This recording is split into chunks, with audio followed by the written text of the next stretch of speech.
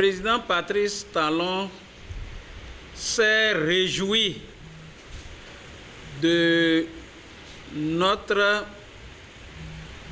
acceptation à participer à son invitation et nous a félicités parce que certains n'y croyaient pas, mais qu'il est très satisfait qu'on soit arrivé, étant entendu que la nation est au-dessus de toute considération. Et il nous a informé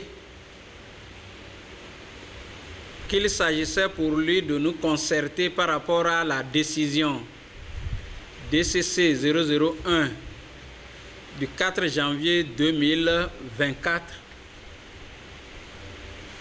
la décision de la Cour constitutionnelle qui demandait à l'Assemblée nationale de modifier certaines dispositions du Code électoral qui ne sont pas conformes à la Constitution.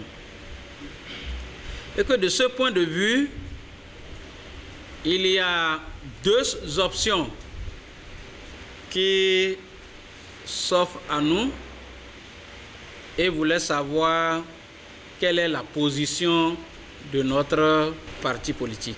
Il s'agissait de savoir si on modifie le code électoral pour que le parrainage soit donné par les députés et les maires actuels, une première option, ou on fait la modification pour que ce soit les élus de 2026 qui parrainent. Il a enchaîné en disant que, de son point de vue, ce sont les élus de 2026 qui ont la légitimité de parrainer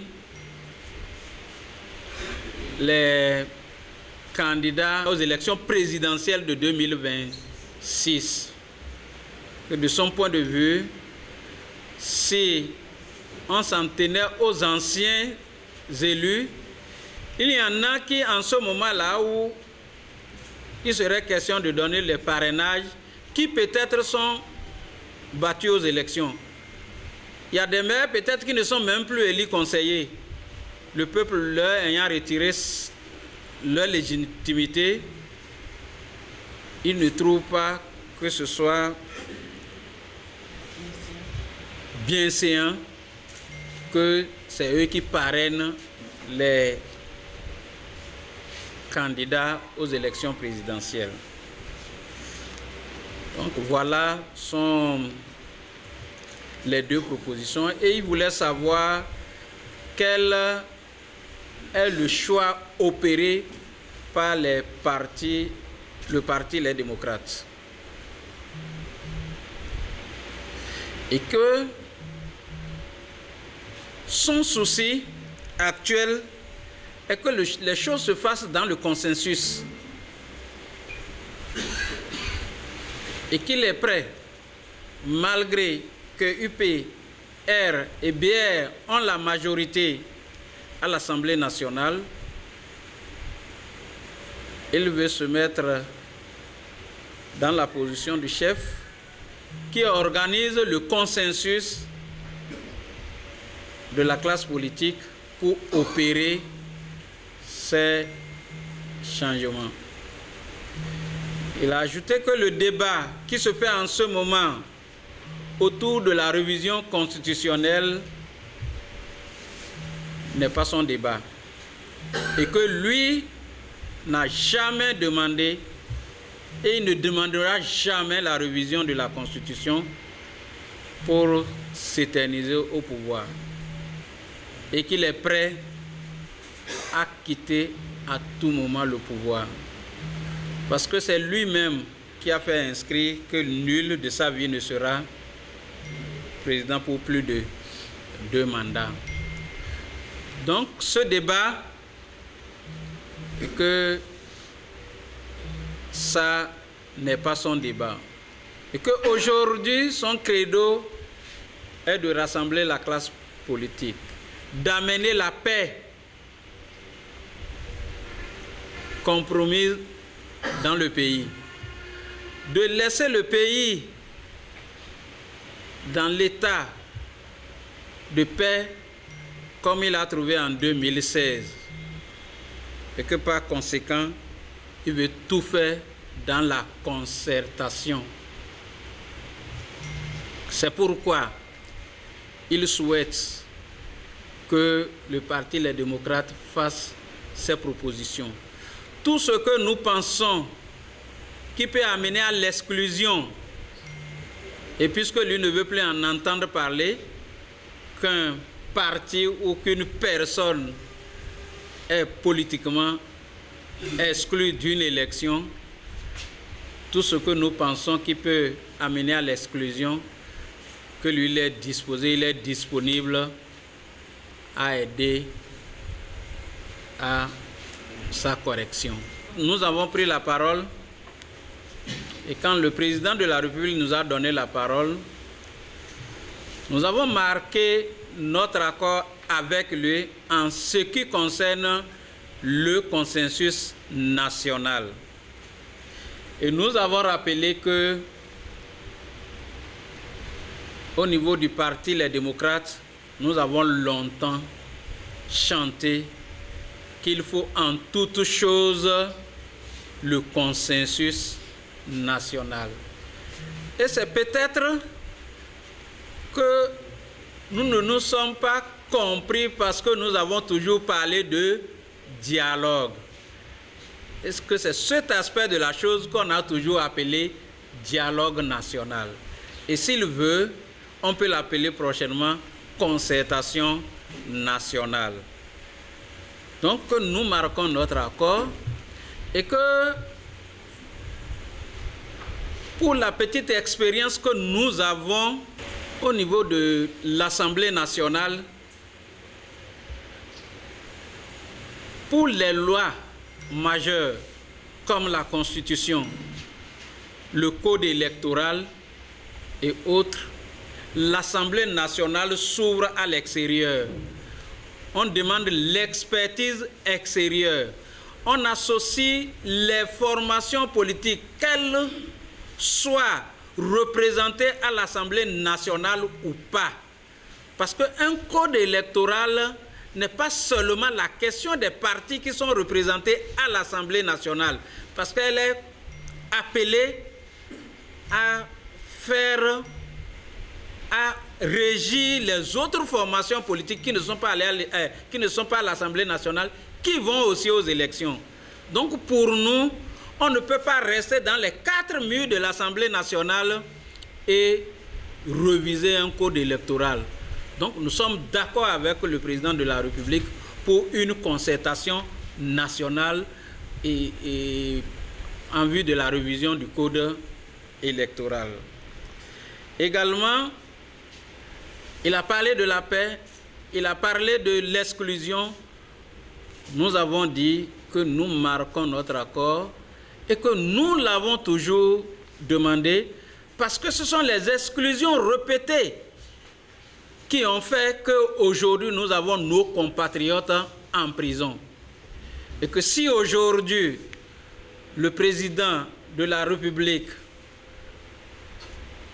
reconnaît qu'il ne faut plus exclure et que nous sommes favorables à ça et que nous prenons le peuple à témoin de l'engagement du chef de l'État à apaiser la vie publique, à apaiser la nation. Nous avons aussi informé le chef de l'État ou dit au chef de l'État que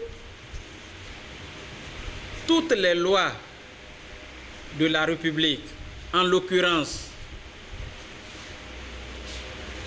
la Constitution, le Code électoral, la Charte des partis politiques et la loi sur l'opposition, toutes ces lois reconnaissent aux partis politiques le droit et le devoir d'animer la vie politique. Et que, en l'occurrence, l'opposition doit pouvoir occuper la place publique pour l'animation de la vie politique.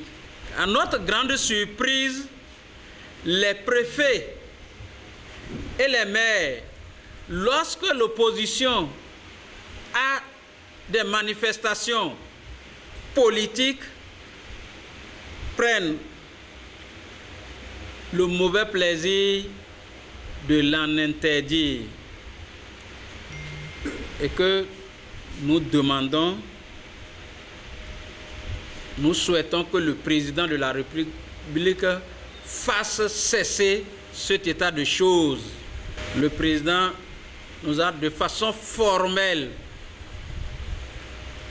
dit qu'il prend les dispositions, qu'il prendra les dispositions pour que cela ne soit plus jamais ainsi au Bénin.